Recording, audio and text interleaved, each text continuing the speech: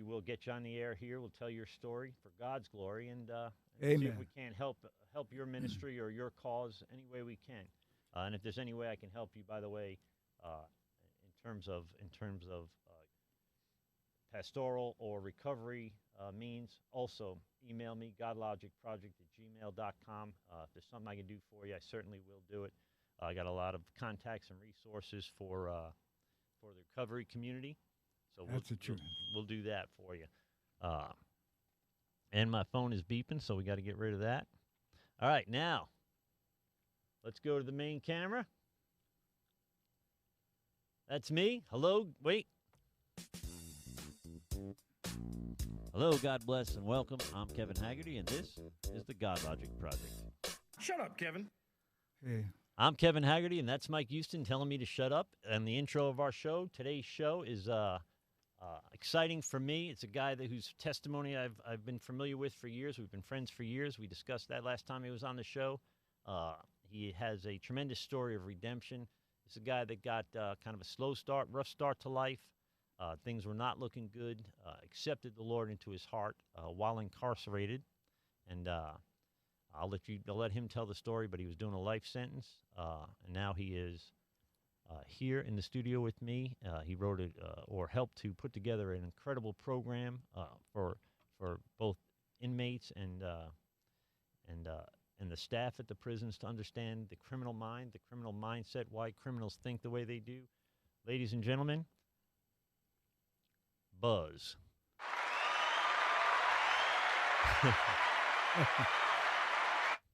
Hey, Buzz, what's up, buddy? well, you know what's up. Same thing that's always up. That's our Lord Jesus. Amen, brother. Yeah. Welcome to the Godlogic Amen. Project. It's good to have you here. It's good to be here. Absolutely. Now, the folks may not be terribly familiar with your story. Now, we have a lot of mutual friends who you inspire and you lead both in recovery from a for lack of a better term, from a criminal standpoint, getting their lives back together after they get out of jail or prison, and also you have a redemptive story, a salvation story that's very powerful as well. So what I'd like to do Amen. is just kind of go over a little bit, 5-10 minutes, what your upbringing was like, what happened, and how you found yourself incarcerated. Well, 10 minutes. That's a lot to put in 10 minutes. Yeah, well, Well, I want to talk about the program. yeah. So Okay. Well, I came from a dysfunctional family, like 98% of the people that are in prison, yeah, and I grew up with a stepfather. You know, I know there are some good stepfathers, but mine wasn't one of those. So, the old saying, the evil step parents, Well, yeah, this guy was a trip. So anyway, I started getting into trouble when I was real young, and growing up in Detroit, and then moving to Miami, Florida in the 5th grade, and then by the time I'm in the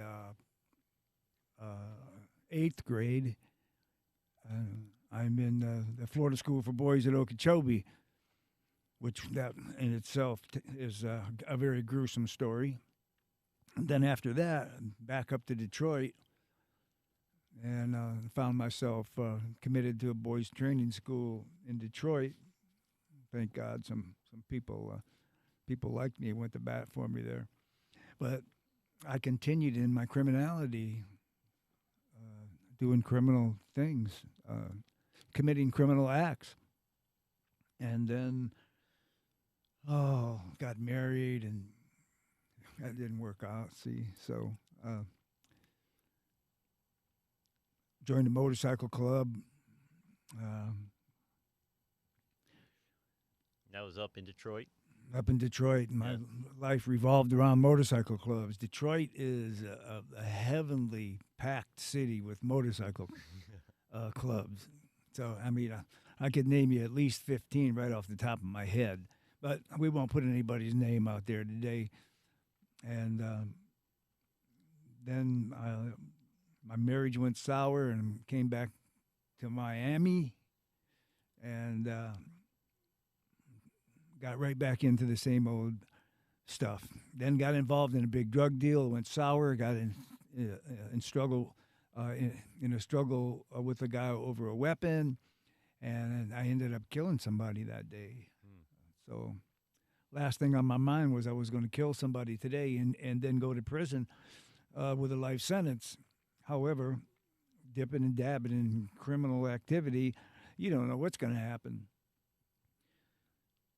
So one of the detectives from homicide happened to be a guy that I went to school with. So they were trying to help me and offered me a 15-year cop-out. Well, I didn't take that. And I took it to trial, and I lost, and I went to prison with actually a double life sentence in 15 years with a mandatory 25 calendar years before I was eligible for parole. So they sent me to Rayford, the soul-devouring prison of the state of Florida. Well, I lived in Rayford the same way that I lived in the street, really.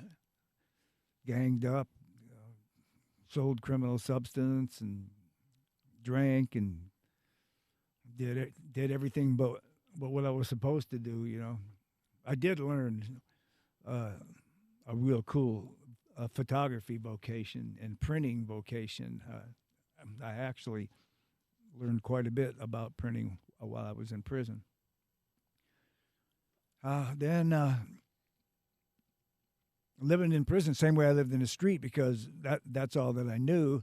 And then I went to a program called the Kairos program, and I gave my life to the Lord. And my life began to change. I began to making better decisions, guided by the Holy Spirit. You know, I hear a lot of people say, oh, I got the Lord in my life and everything was great and so on and so forth. Well, don't get me wrong. I'm not saying that to you. I invited the Lord into my life, and then I started, as an act of my will, making decisions by not doing the things that I'm not supposed to do and start doing the things that I didn't really want to do, but start doing them because they were the right things to do. And then God began to work in my life, see. And he took me out of Rayford and sent me to another prison called Lake Correctional Institution. And it was sweet over there. And I got a job in the canteen, and things were happening pretty good. And then big thing happened. They reclassified all the prisons, and then they sent me to Cross City Prison. I got involved with the Pride printing program over there.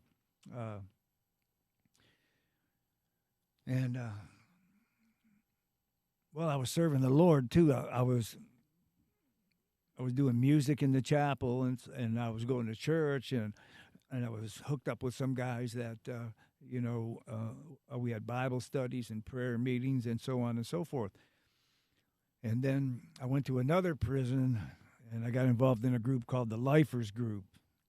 Long story here, but I'm trying to put it all together where my life began changing, and I started getting involved with different things that I would never get involved with before. And then I started facilitating. Well, let me back up. When I was in Cross City, I was introduced to a program called the Direct Program about criminal thinking. It was put together by a psychology staff and some other inmates. And this particular program, I thought I was in the change process. I was serving the Lord. My life was going good as an act of my will. And then when I got involved with this program, it gave me a bird's eye view of the profile of the criminal mentality. And it was that profile, it was that program that allowed me to see myself for who I really am. Right. Okay. So with the help of that program, I got so inspired, it became my passion. I became a facilitator of the program, and then for the last 5 years that I was in prison, I facilitated that program to the young men at the boot camp at Sumter Correctional Institution. Then I had my first parole hearing, and they put me off for 16 years. They gave me a date 16 years down the road, and then 2 years later I saw them again, and they took all of that time off, and they paroled me.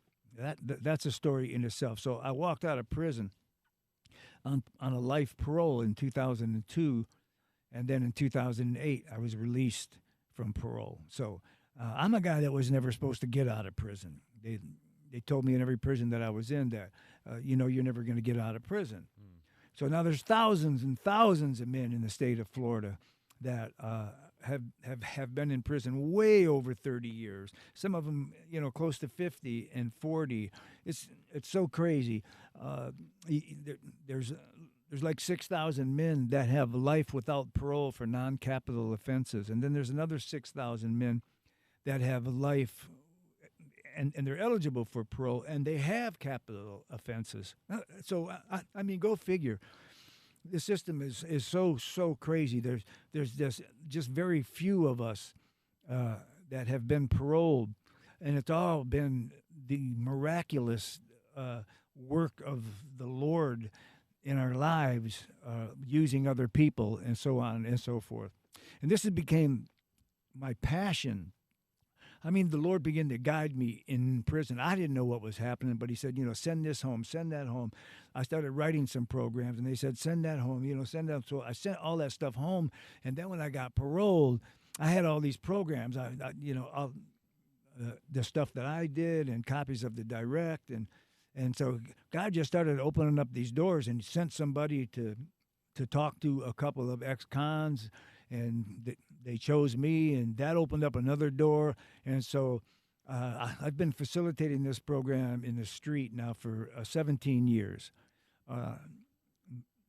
mostly with the youth for about the first 13 years, I would say. And then I went back into the prison. So it became my passion. So that's what I do. It became my livelihood and my passion. And so I go to parole hearings for the men that I know that have changed, and they have the Lord in their life, man, and they're providing a service for the Department of Corrections. They're not just, in prison. They're in prison doing something constructive so that they can be constructive, citizens when they get out, because they will get out. There are some things happening now. I just can't believe that it's taken this long for the people to really see the insane sentence structures that they have in the state of Florida. So many different ones, and so many people in prison fall under different sentencing guidelines: 65%, 85%, no gain time, day for day gain time, life without parole for non-capital offenses, life with parole for capital offenses. I mean, where does that? How does that make any sense at all? Oh, man, I just get so frustrated when I start talking about it. So then I go to these parole hearings for these men that should have been out a long time ago. And then when I get there, I have to sit through all these other parole, and I hear, I'll see you in 7 years. I'll see you in 5 years. Every once in a while, okay, we'll send somebody over to this prison to prepare them for release. Man, I've sat through hundreds of parole hearings, and I don't think I got 1% parole, man. That's it. So you, to kind of to tell your story, you were a criminal, right? Absolutely. Got caught doing life, found the Lord in prison, and then you began to participate in this program, or different programs, all kind of aimed at the irresponsible thinking that goes along with the criminal mind. Is that right? Yeah, I guess you could say that. Yeah, sure. And then you kind of put this whole thing, kind of put pieces of it together to make a single program out of it, I would say, and then began to teach that to the youth for 13 years, and now you teach it for a living. Okay. Now, when we met, you were on life parole, but you had gotten off. Correct. So that was, I remember when that happened. So that was 2007? 8. 8. All right. So we probably met in 2007 or something like that. So that story to me, I had just I hadn't even come to faith yet until 2010, right? So I was attending church, doing the social part of it, but I really didn't consider myself saved at that point. Hearing stories like that made a difference to me. Hearing guys that really, that I could relate to, that were really moved by the Spirit, and I think I wanted that on some level, and so I was ready for that. Now, not everybody is. Right. So you begin to teach this program. Now, I happen to have taken this program years ago from you. I was working in the human services industry, and you came in and taught a version of it. And to me, I remember that. As a recovery guy, I find it applies very well to the addict and alcoholic mind as well, which they're hard to separate. The criminal mind and the addict mind are very hard to separate. Absolutely. Yeah. So what is the kind of the basics of the irresponsible thing? I think that, and do you agree that people can hear this? We might be able to bring them some sense of peace. So if they have a loved one that is struggling with a criminal life, or a husband or a son or a spouse of any kind, nephews, whatever, daughters, nieces, wives, that they can gain some hope, and maybe we can get this message to them today, that there is a way to unbreak this broken mind, in a sense. Absolutely. Logically. So tell me a little bit about that.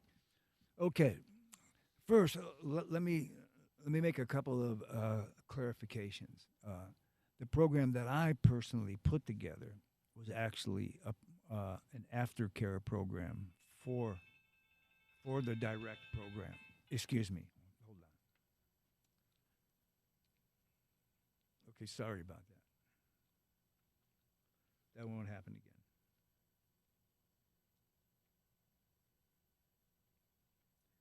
Yeah.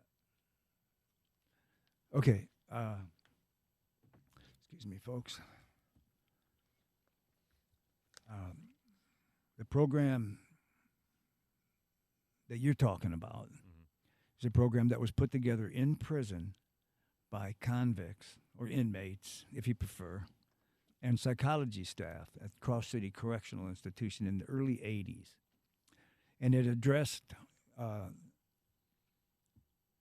the criminal profile of the 3 volumes of the criminal personality that was written by doctors Stanton E. Samnow and Dr.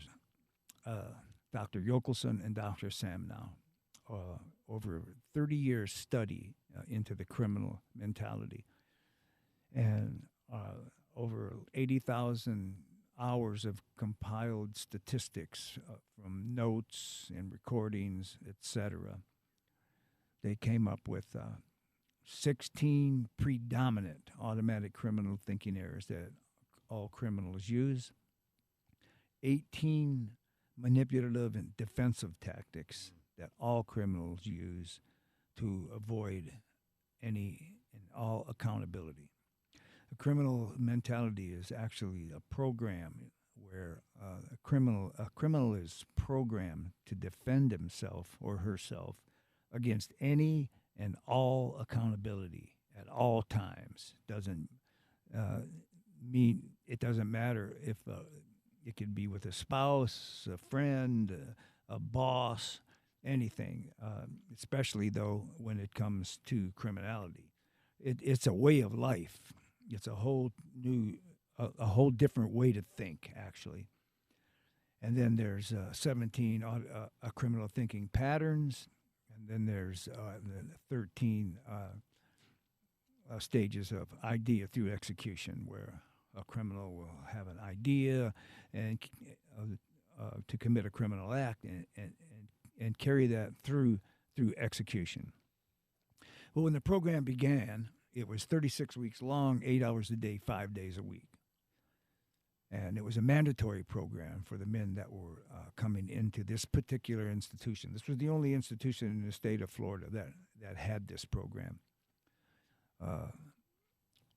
And I was fortunate enough to be at that institution. And so the men all lived together, and they lived in the same building, and it became a second language, and they held each other accountable. And the program was working really well. And then all of a sudden, Tallahassee came in with a funded program, because this wasn't a funded program. This was, like I said, it was put together by convicts. Yeah, it was organic, grassroots. Yes. Like the 12-step programs, it was fellowship. Right? Amen. Yeah. So there was an accountability to it. It was all account. Yeah, it was the accountability, man. And then the government got involved. Then what happened? Yeah. Well, they took the building away from us because the tier program came in, and that was a funded program. So that ended the direct program temporarily. But you see, they were men that their lives had already changed in the program. See, so now years later, they kept bringing that up and bringing it up again, the program at this prison. And then, maybe the facilitator would get shipped out, and then the, men that would go through the program, it was a shortened version of the program. Like you could only meet for maybe twice a week, in the mornings or in the afternoons, something like that. So the program needed to be condensed.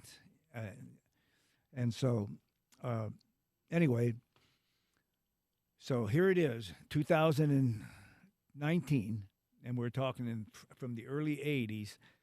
And all of a sudden, now the program has stayed alive in bits and pieces here and there throughout the prison system.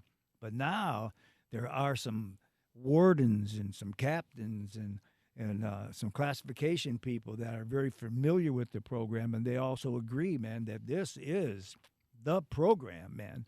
This is a public safety program. This is the only program in the Department of Corrections. And I said this last Wednesday at the parole hearing. This is the only program in the Department of Corrections that produces change in an inmate or in a criminal, period. There is no other program in the prison system that is aimed at taming down or changing the criminal mentality. You see, because people, they don't know anything about the criminal mentality. It's not, you can't change a criminal by sending them to school. You can't change a criminal by teaching them to be a mechanic. You have to... You have to break down the criminal mind. Would you say that? Absolutely. Would you say the fact that it's peer-driven played a role in the success of the program within the system? Who? Your program now, this program catching on with some of the higher-ups, and they say this is the only program that works. I say the 12-step programs for recovery are the only programs that work in terms of chemical addiction, right? Okay, yeah. And I think it's because it's peer-driven. That it's because it's provided to people by people that have the same exact issues, right? That have overcome the same problems. The impression I got when I sat through the class that day was that it was very much like a 12-step program. In that, if when I got sober, they put me in a room with ink blots and lab coats, I would have grabbed a cup of coffee and left. I wouldn't have stayed. But because the people in that room had been through the same things that I'd been through and been victorious over them, they had something I wanted, right? If they had a solution to their chemical addictions, I needed it, right? Right on. And I think that this program is powered the same way, and I'd say supernaturally powered by God. Yes. That we are uniquely qualified. I'd say, Buzz, you are uniquely qualified to do to help these people when no one else can. Yes. Well, here's the deal. It is powered by God, because here's why. It's not a program that's based on religion at all. Right. But the correctives to it are backed by biblical principles. Sure. So, yeah, I mean, absolutely. And another thing is that it's the truth. Yeah. And the truth shall set you free, Exactly man. right. Exactly. And that's the truth. Well, how can what are man. some of the things we can kind of give away today that might bring some peace or hope to people who are one way or another in relationship with somebody that can't break the criminal mind cycle? What can we do Explain a little bit how the criminal mind works and why it's different than why your mind now is different than your mind 30 years ago. Well,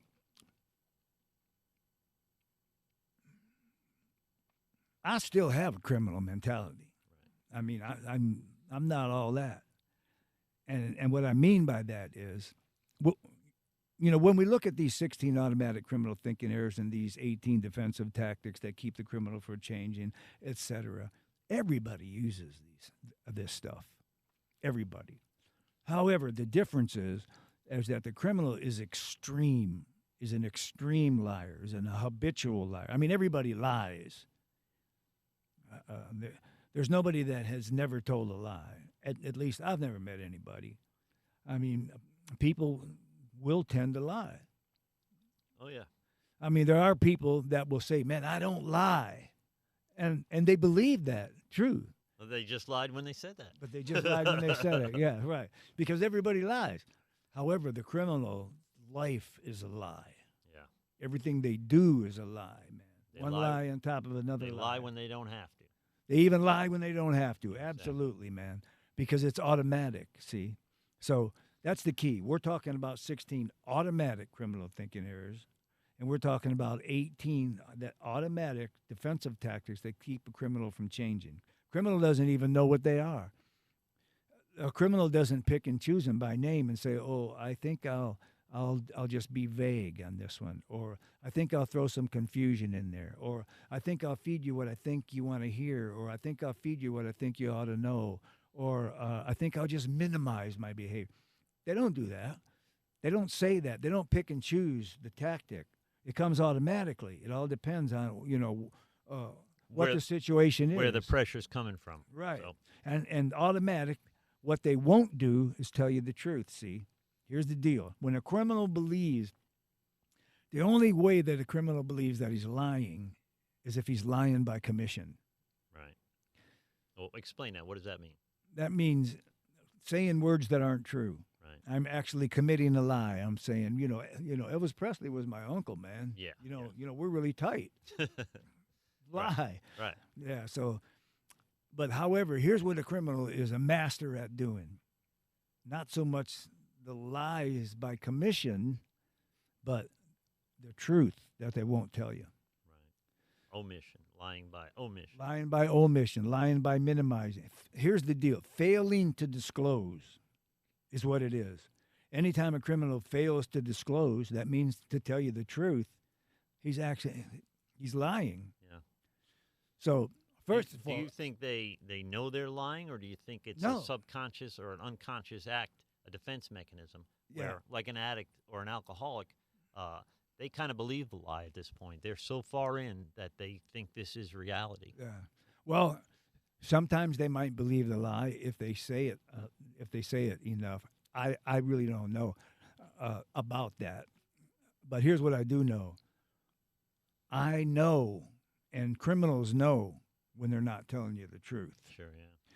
But if they're not lying by commission, though, in their mind, they don't think that they've lied. Yeah. Like they say, "Hey Buzz, where were you last night?"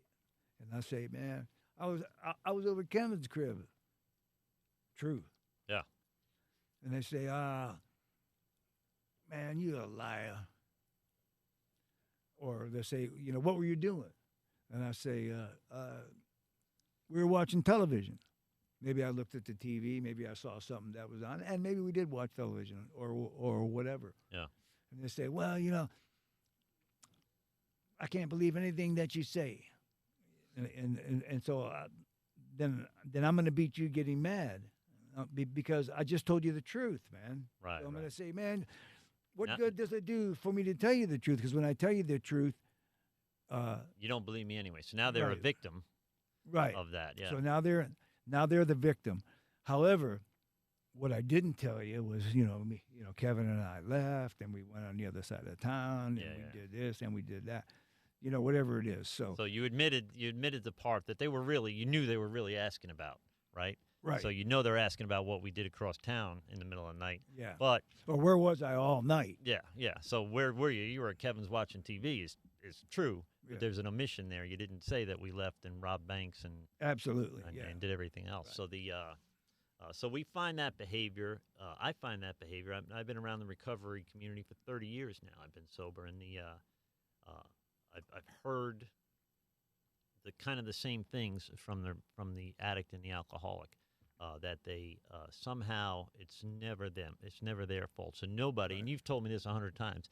Nobody would, not even a bank, not even Jeffrey Dahmer would consider himself a bad guy. Right. Right. Everybody thinks they're generally good people. Yeah. And now Scripture, of course, tells us the opposite, that the mind above all else is deceitful. But everybody considers themselves pretty good people, even if they do bad things, right? Yeah. They have to consider themselves as good people. You know, I mean, if I saw myself as a scumbag because of the stuff that I do, then I wouldn't be able to do it. Yeah, yeah. But I'm a master at devising self-satisfying but incorrect reasons for what I do. But I won't tell you the truth. I mean, you could catch me, where'd you just come from? Who? Yeah. You. Are you talking to me?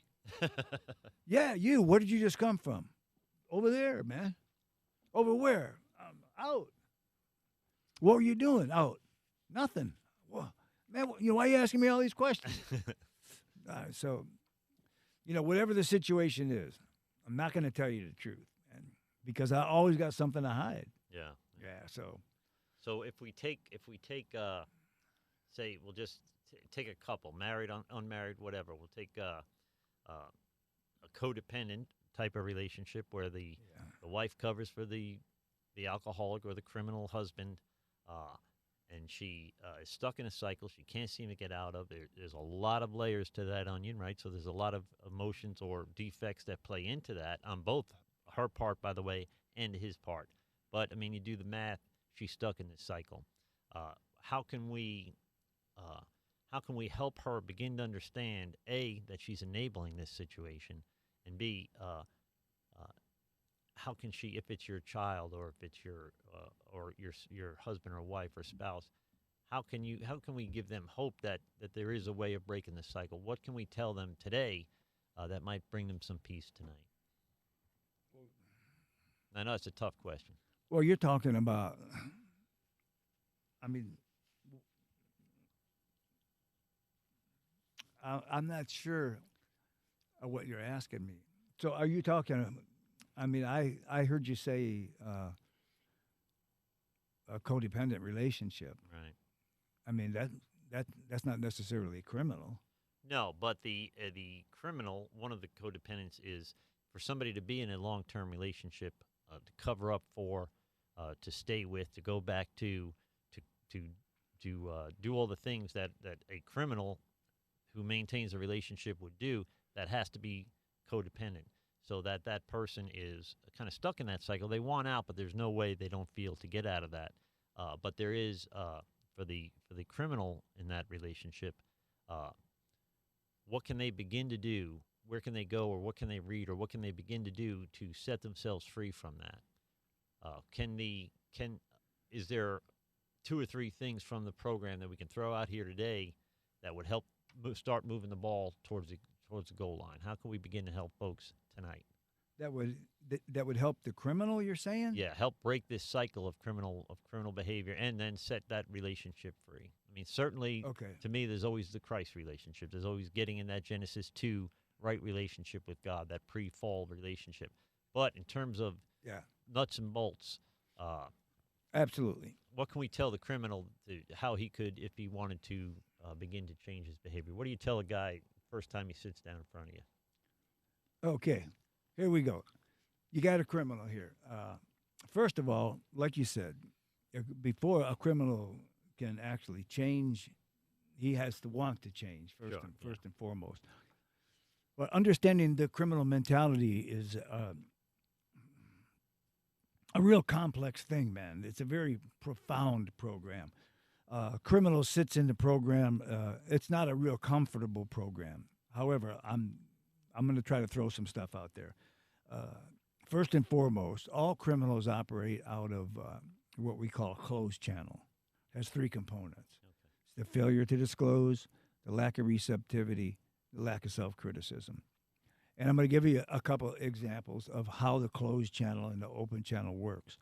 And you were just talking about the lack of self-criticism, where a criminal never can find fault in himself or herself, but always find it in something else or Everybody around them. Yeah. Right.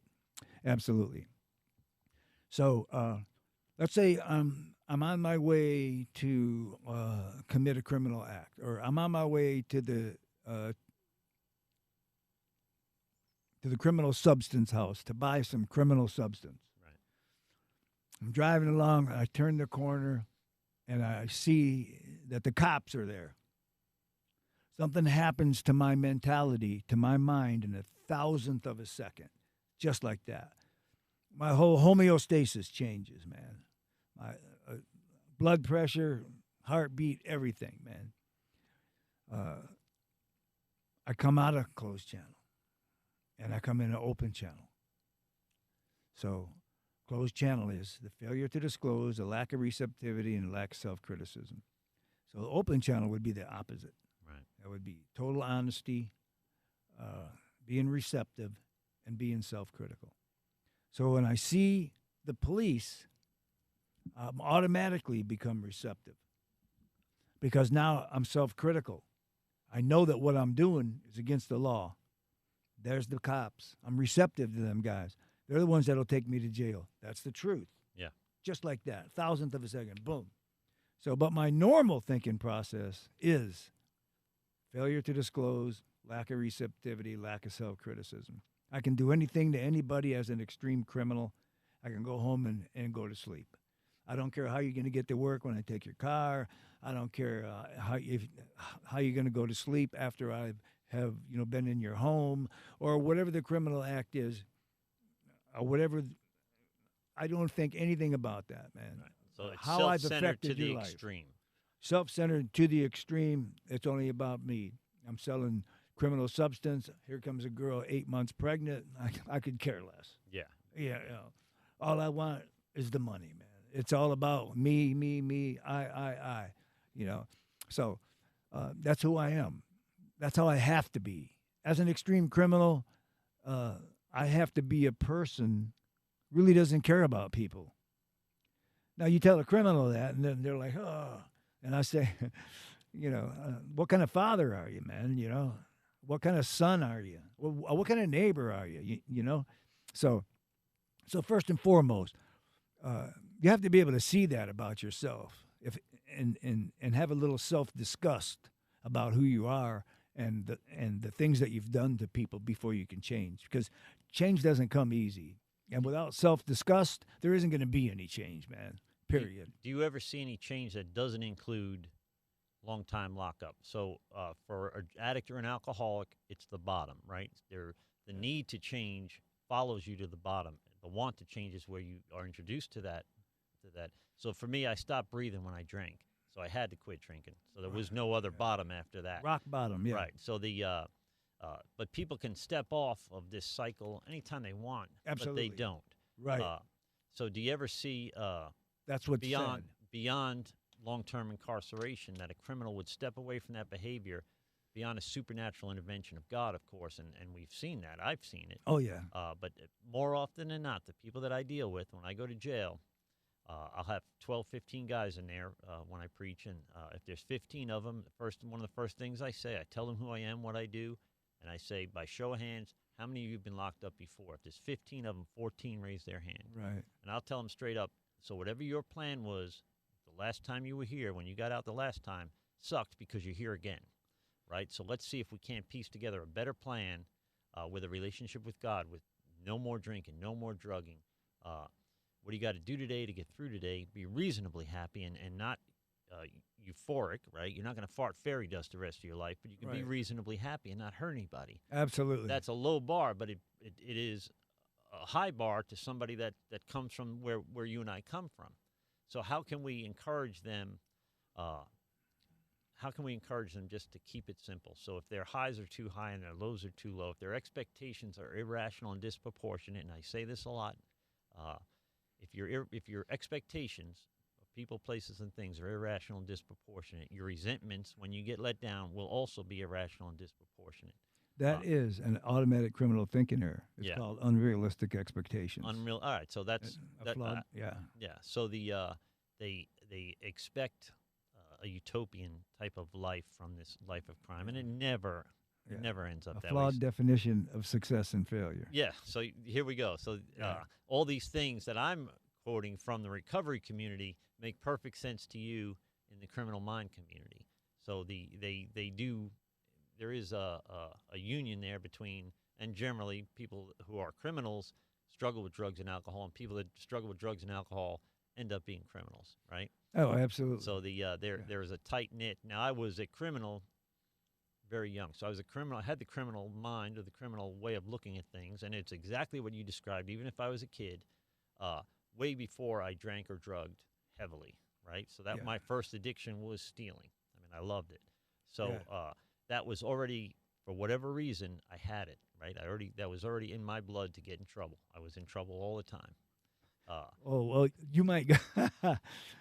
Let's see, I forget who it was. There's different theories on crime, and there's one psychologist who believed that it was a heritage gene that maybe your great grandfather was a criminal or something. Yeah, probably skips a generation yeah. or something. Of course, I don't believe that. But. Yeah. It could be, but I think that the brokenness that goes with that can be inherited, right? The brokenness that might lead to that type of thinking could be inherited, right? So they say that that addiction is inherited, and I think it probably has to do more with something missing rather than something that was added to your genetic makeup. There's something missing from it. I don't know about that. Really, I think that. A physical addiction can be inherited. Sure. I mean, they are all the time. Babies being born that are addicted.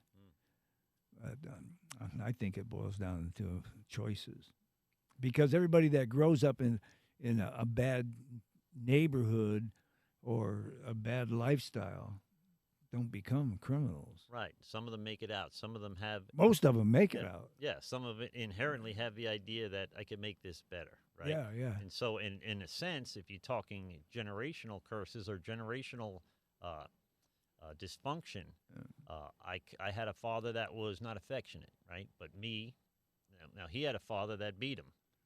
My father was not affectionate, but he didn't beat us. So to him, that was breaking the chain, right? So for me, I'm affectionate towards my kids because I didn't have that as a kid, and I thought maybe that's what was missing. So slowly but surely, we can unravel or break those generational brokenness, I think. A man can do whatever he wants to do. Yeah. If he wants to. Yeah. It's Personally, I think it begins with common sense.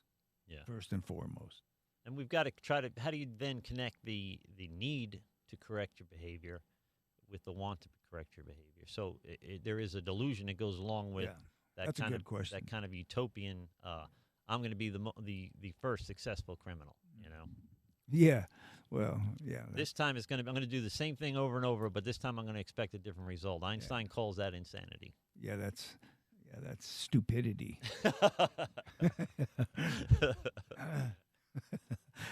It is pretty stupid. Yeah. I mean, if you're stupid, you got to be tough, man. You got to. You don't get to be stupid and weak at the same time. Right. They don't last long. Yeah, they don't last long. Yeah. Well, let's take a break. Let's take a quick break so I can encourage folks to subscribe to the YouTube channel. Okay. It's youtube.com/Godlogic Project. Click the subscribe button, ring the alert bell. You'll be alerted every time new content is uploaded. It's important for this project, for this Godlogic project, that we begin to get subscribers, and we're working on that, and we're trying to put out as good quality content as we can. Also, if you see our stuff on the Godlogic Project on Facebook, Instagram, Twitter, like, comment, and share. Show the interaction. That'll raise awareness for the project. I think that we can slowly but surely begin to make a difference in the lives of people right here in Tampa Bay, right here in Pasco County, and then broader than that. So, and I think you guys, in a passive way, in a small way, can help play a role in that.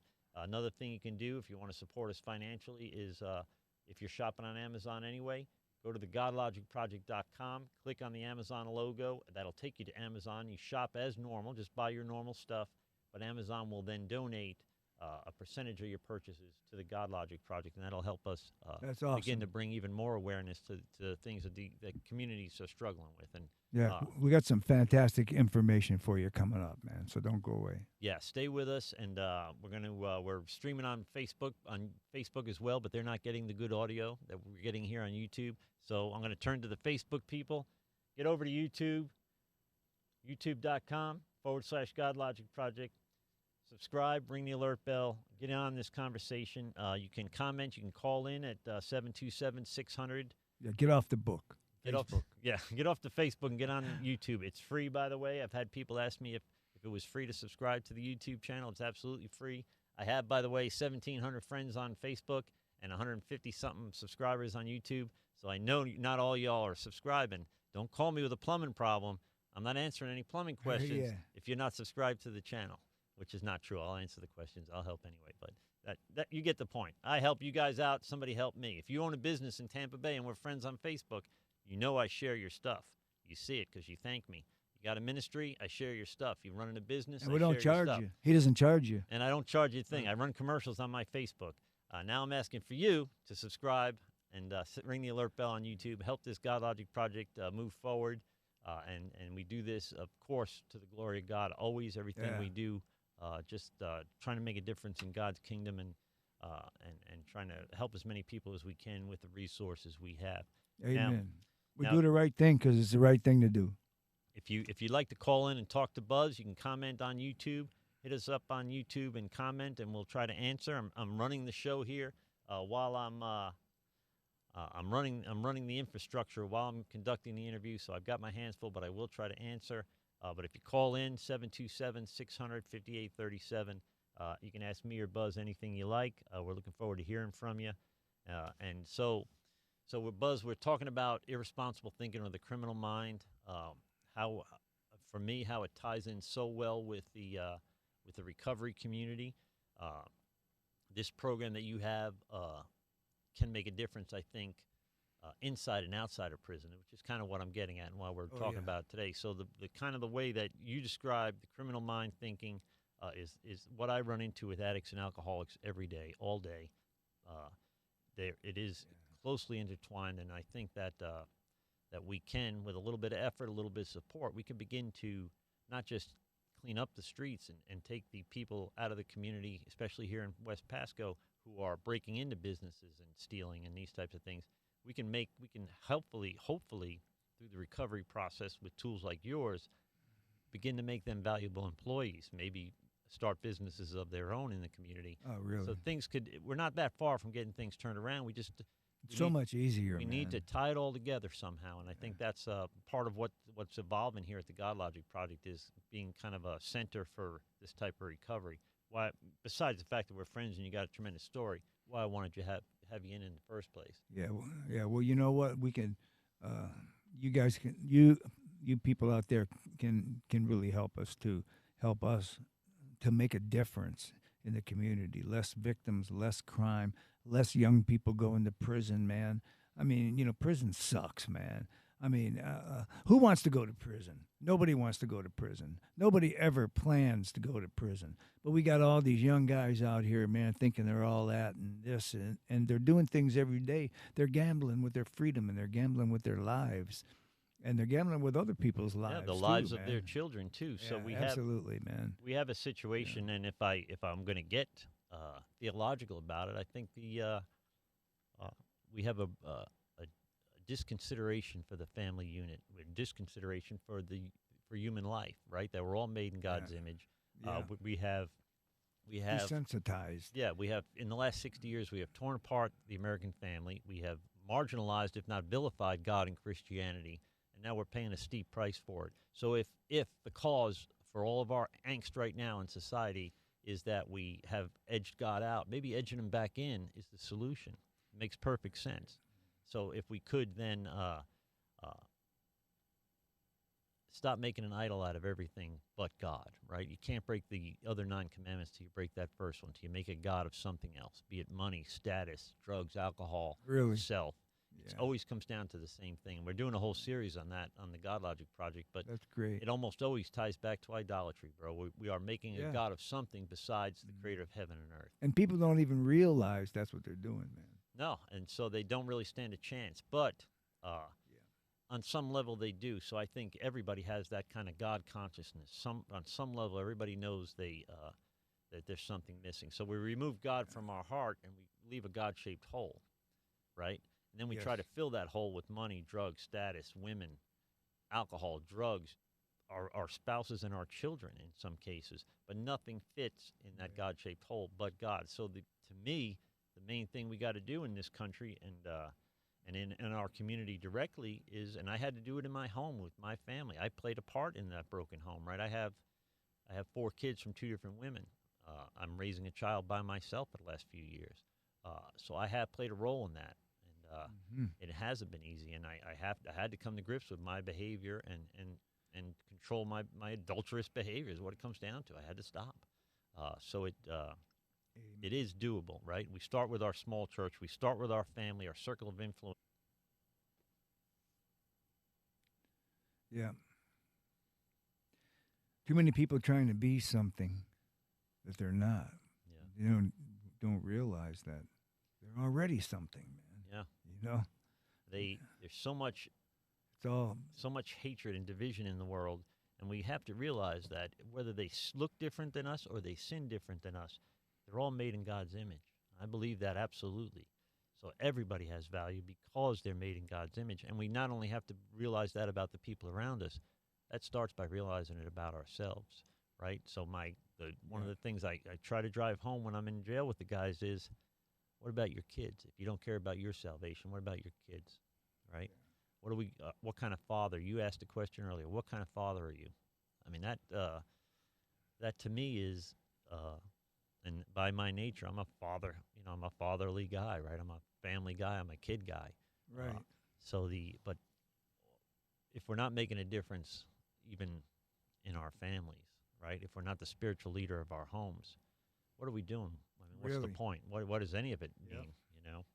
They get, I don't know, people get stuck in one category here. I mean, we have a physical man, we have an intellectual man, we have an emotional man, we have a social man, and a psychological man. I mean,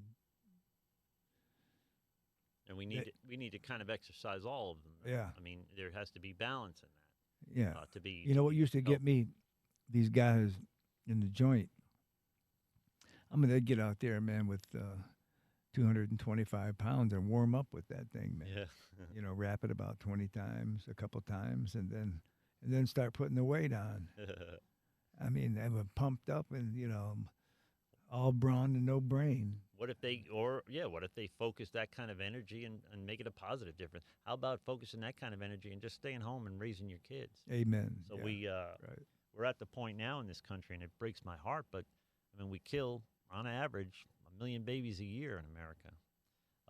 We have Another thing. Yeah. marriage inside and outside of the church above 50%.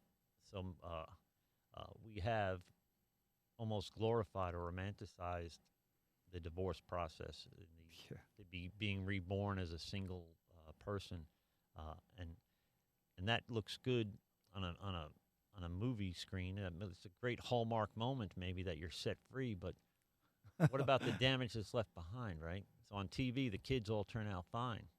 Well, I don't know, man. Look around, do the math. The kids aren't turning out fine. These kids are broken and confused about even who they are or what they are. So we've done so much damage, and the idea, or the hope that maybe we can turn that around, I just don't know where to begin, except that Scripture made this country great, right? That Judeo-Christian value made this country great, and when we pulled that down, when we set that aside, when we marginalized our Judeo-Christian background, all we ended up doing was leaving that God-shaped hole in the country, and there's a relentless effort to fill that hole. I mean, and we get sucked further and further down that kind of pipeline of immorality, and we call it moral. So how do we begin to put that back together? And is it a spiritual condition that leads to the criminal mind, that creates the environment that so many people are going to jail, is it, or turning to drugs and alcohol?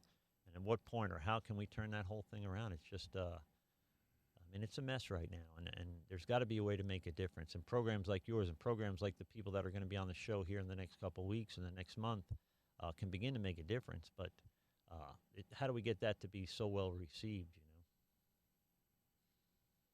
Yeah, that's a good point.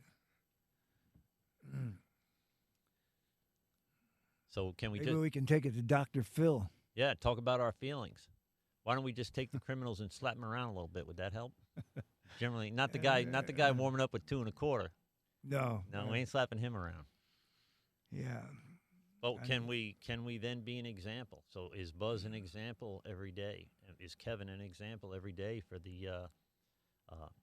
We may be the only gospel anybody ever reads. We may be, in my case, the only big book. So can I be sober and still be a jerk? I don't think so. You sober up a horse thief, you got to sober horse thief. You got to stop stealing horses too. Yeah. You've got to become a better person and be, with the goal of being reasonably happy.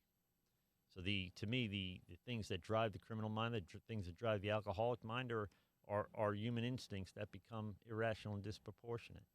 So fear is a healthy human instinct. It makes us stop at red lights. It's fear that makes us not jump off bridges, right? But pacing in your driveway, afraid to get in your car because you might get in an accident at a red light, is that same fear, but it's irrational this time. So how do we reel that back in? How do we get folks to... Well, there's another fear that you talk about. Seeing how you mentioned fear, there's a criminal thinking error. It's called fear of fear.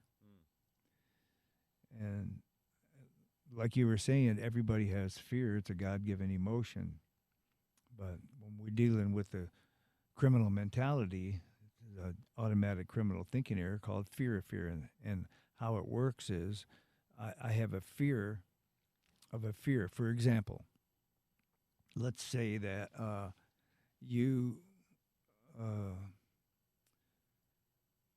all you guys are, there's 3 or 4 of us together, and we're going in to a department store, and the kids are stealing, and one kid says to the other kid, "Come on, it's your turn to steal." Now the kid really doesn't want to steal, but the kid thinks in his mind, "Well, if I don't steal, then how are you going to treat me? Are you going to think I'm soft, or are you going to think I'm weak, or I'm scared to steal, and then how will you treat me? Then you won't think I'm cool anymore. You won't look at me like I want you to look at me, as a tough guy, or somebody that's not scared. So I really don't want to do that, but I'm going to do it anyway, because if I don't, I'm in prison. And if I don't, then how are you going to see me? You guys are going to see me as weak. Then how are you going to treat me? That's the fear that I'm afraid of. So now I'm going to let you do my thinking for me. It's crazy, man. The criminal mentality is actually crazy. It takes a while for the criminal to really see who he really is in the program. So, we could answer questions all night long. However, for the criminal to really embark upon the change process, like I said, he has to first want it. Want it. You got to be sick and tired of being sick and tired. Yeah. Before you begin to make any changes in your life. So if the pain of where you are, until the pain of the fear of change exceeds where you are right now, or if the angst of where you are exceeds the angst of any kind of change, until that happens, you're not going to change, right? So you'll Correct. stick with the evil you know. There have been people, though. I've talked to people before in the past, and they can get where they want to change. Like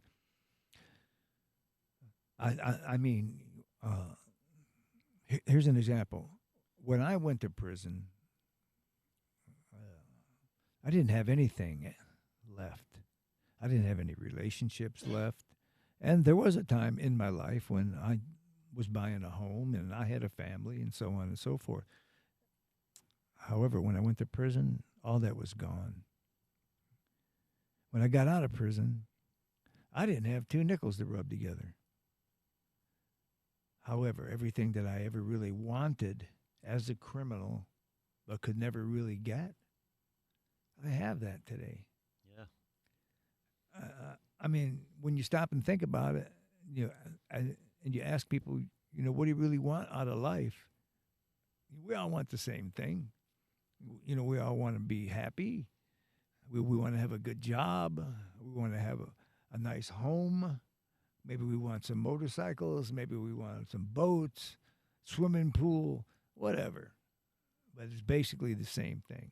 That's what we want. Sure, everybody wants money. People want.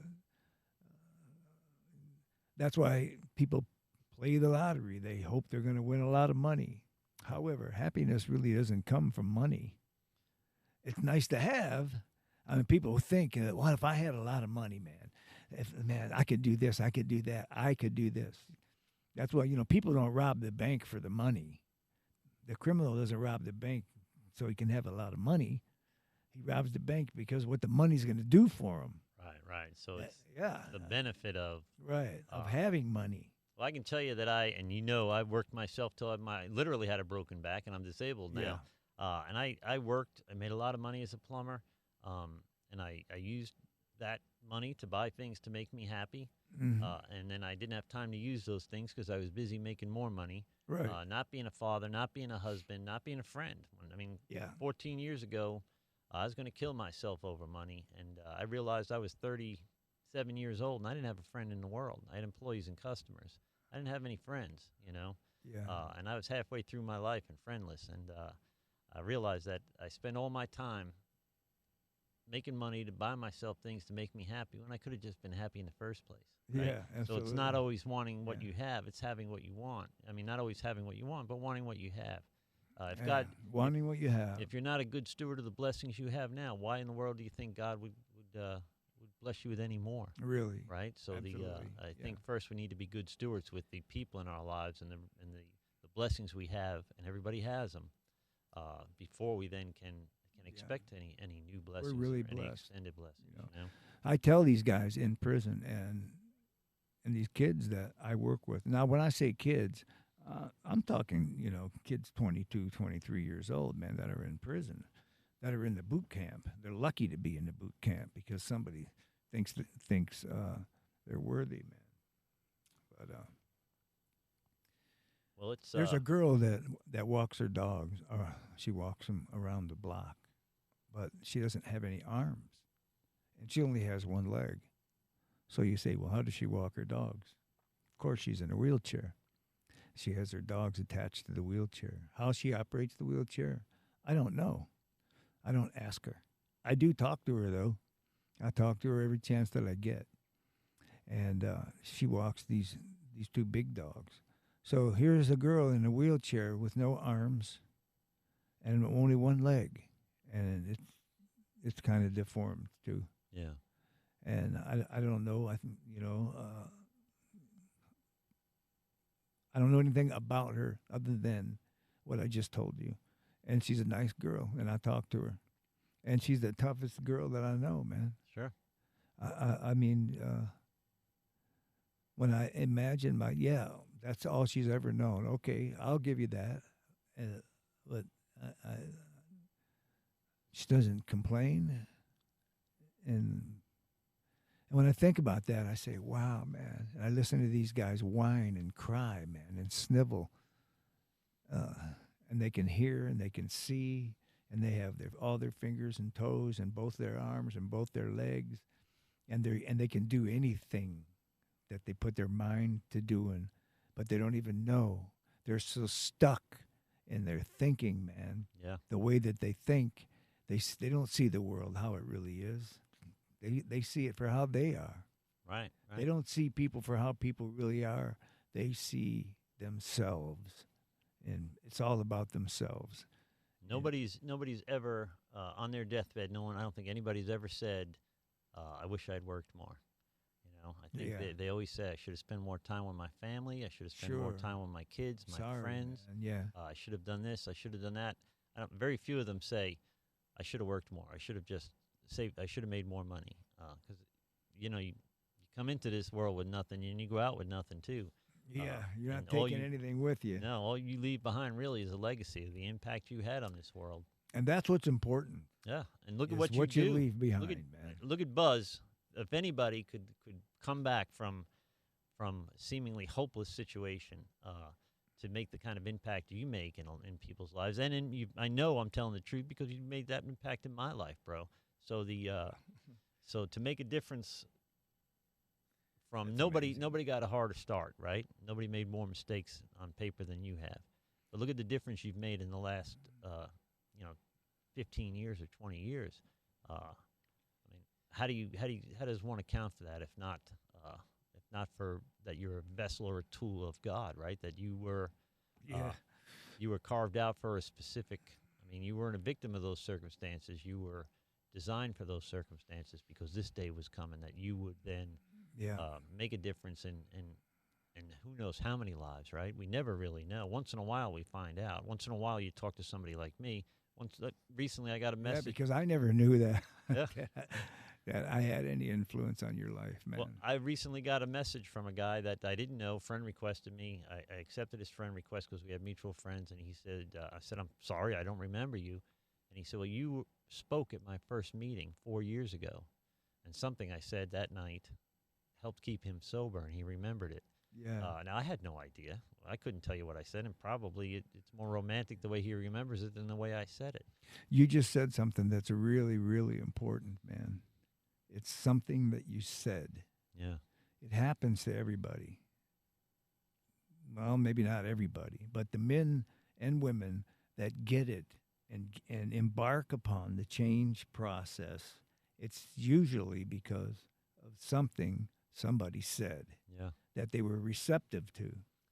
Like this complex made them program. Think a little bit, yeah. Like this super complex program with 16 automatic criminal thinking errors and 18 defensive tactics and 17 criminal thinking patterns and 13 from idea through execution and closed channel and zero state and the continuum of criminality and on and on and on and on and on, man, It can be just something that somebody said, man. For that moment, you've interrupted their self-will. Yeah. Their self-will run riot has been interrupted, and that interruption, as awkward as it may be for the person, could be the greatest gift ever in their lives, right? Because I'm going to take that, right? I'm going to take that, and I'm going to seek. Yeah. And I'm going to go. And I'm going to ask questions. I'm going to get answers, and I'm going to make a difference. And it's got to be a program of attraction. So if Buzz and Kevin were still out, ripping and tearing, quit drinking, quit being a criminal, but still ripping and tearing and living a life that God would not be proud of, for lack of a better term, then people wouldn't want what we have, right? But because I get up every morning, I raise that boy by myself, and because you get in that truck every morning, you go to prisons and you preach and teach what you've learned to these guys, and John 15 calls us to focus on the vine or abide in the vine, which is Jesus. We're the branches, but we don't abide. We don't focus on the fruit, right? That's God's business. Right. Our business is to stay connected to Jesus, to stay connected to the vine. And whenever, by the way, we turn and look at the fruit, we're not considering the fruit or God's work. We're considering our work. It becomes selfish again, and self-centeredness will. I know for addicts and alcoholics, self-centeredness is a death sentence. And I'm sure for criminals too. Amen. When you start putting yourself above everything else, including your family, your wives and kids and friends, and your freedom, right? And you make an idol of, in a lot of cases, status, right? That you may not love me, but you're going to fear me. It's going to be one or the other. Yeah. And that's crazy. That's a crazy kind of thought pattern that goes along with this. Hey, we got a message from Jody hi, Jody Wilkinson, by the way. Thank you for watching the YouTube channel, Godlogic Project. Her oldest son's dad was changed his life and spent many years in and out of prison. His life was changed, she says, by God. I would agree. I think that as soon as we get back in right relationship with God, whatever that means, however that looks in the beginning, and we begin to pursue that, like what happened to me, I was not down on my luck when I got saved. I was, I mean, I had motorcycles, I had a nice house, I had a hot girlfriend, I had a new baby, I had a plumbing company, I had time and money, I had everything I could possibly need, and it was logic or apologetics that brought me to faith. That God was ready to use me, right? And that's, back in the day when we met down at the Salvation Saloon, I went from trying not to go to church most of the time to teaching men's Bible study a couple months later. It was not something I was seeking, but it sought me out for sure. Now I had a God relationship prior to that, so I was in position I had respect for even religion, even though I wasn't a religious man at the time. I thought that more good than bad came from it. Kids today, or young people today, have a little further to go because they've been taught in their colleges and institutions and movie theaters and TV shows that Christianity is evil. It's exclusive, and it's got to be the most inclusive religion ever. It's a prevenient grace that's available to anybody, even Buzz and Kevin. Yeah, man. I mean, it's crazy. You're a slave to anything, everything, until you become a slave to God and to Christ. And I believe it. I've never had this kind of peace. Being this Kevin, by the way, way easier than being any other Kevin I've been throughout my life. I'm sure, man. This Kevin is very easy to get along with, and he sleeps well at night. Yeah, God can do anything, man. But for some people like myself, God in my life just really wasn't enough. And what I mean by that is that I needed people too. God provided people for me. I mean, even God said it's not good for man to be alone. So, yeah. I mean, people need people. We need each other. I would venture to say, Buzz, that I could say it for myself, and I would venture to say it for you, that the works after our salvation were irresistible. I can't picture myself doing anything else. Yeah. I mean, even when I was plumbing, I was full time at the church. I was always trying to make a difference. From that point on, I just thought I could, whether I had the tools yet or not, I thought I could make a difference. I felt like I could, and I certainly felt like I had to. And it put everything into perspective for me, and I became a better father and a better ex-husband. Yeah, amen. My ex-wife, by the way, and her husband are in leadership at my church now. Oh, so that's cool. They're here. I see them all the time. We do family events together. It is,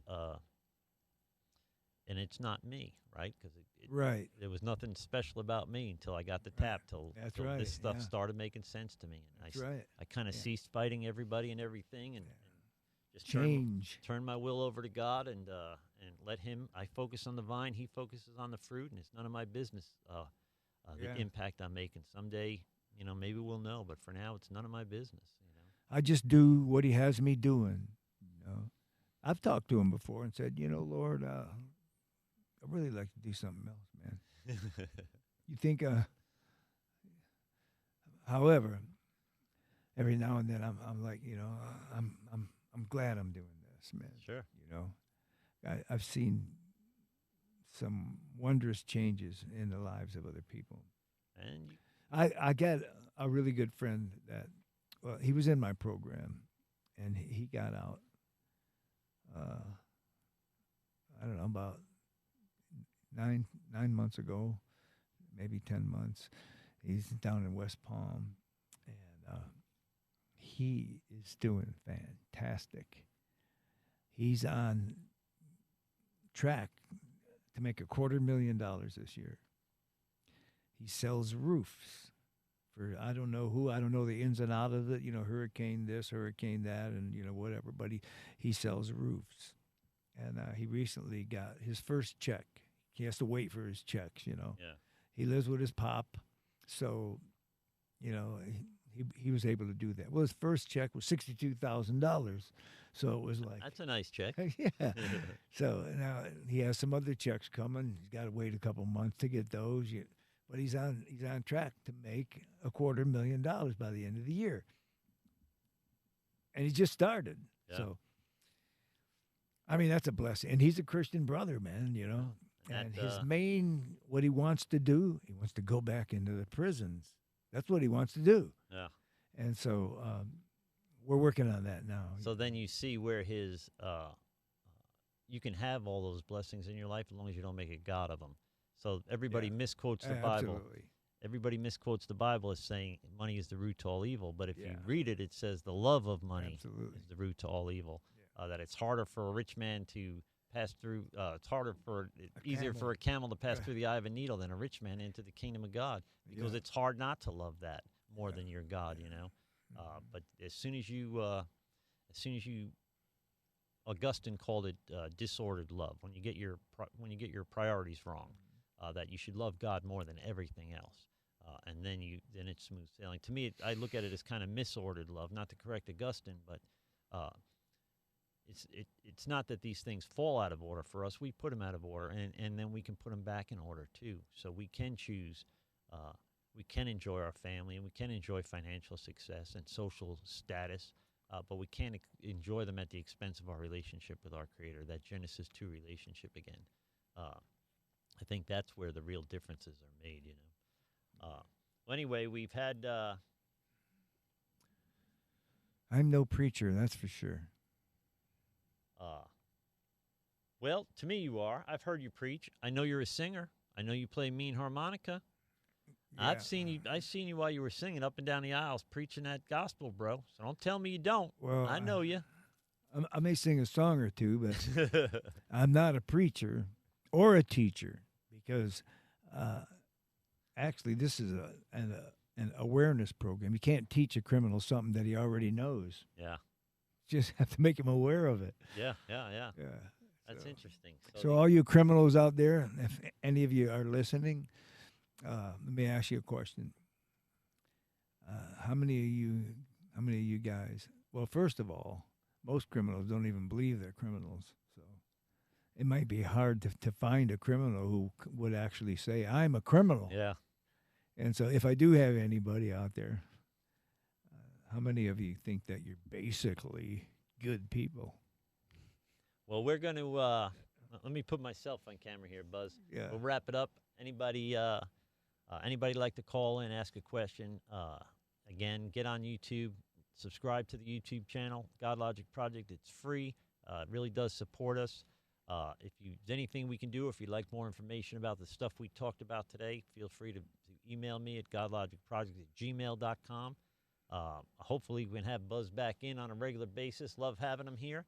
And young Buzz, what do you got to say to America, bro?